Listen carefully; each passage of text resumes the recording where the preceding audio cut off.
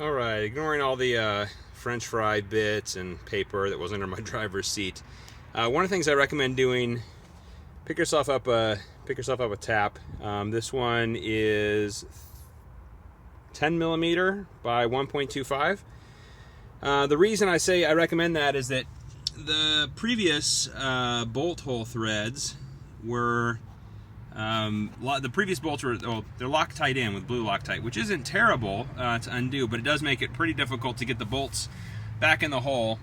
Here's one that I've cleaned out already, and you can see there's just a lot less Loctite in everything. So the bolts go in much easier. You can basically run them in with your fingers.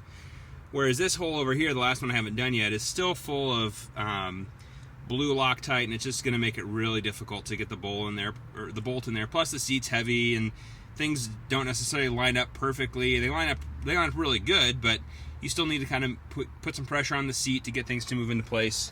Here's another hole that I've cleaned out. You can see that the inside of those threads are just real nice and clean. No Loctite in there in the threads, which is what you want. So pick up a tap.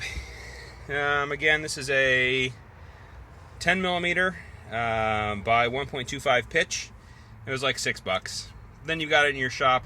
So for my poor man's tapping, I just have a 1/4-inch wrench. I get the tap started by hand. Basically put it in as far as I can go, finger tight, and then I just start using this 1/4-inch wrench just to turn it, a few turns clockwise, send it down in, and a couple turns counterclockwise just to clear things out. Eventually the tap will complete the hole, and you'll just be able to run the whole thing in and out by hand. But until then, you do need a little bit of a wrench.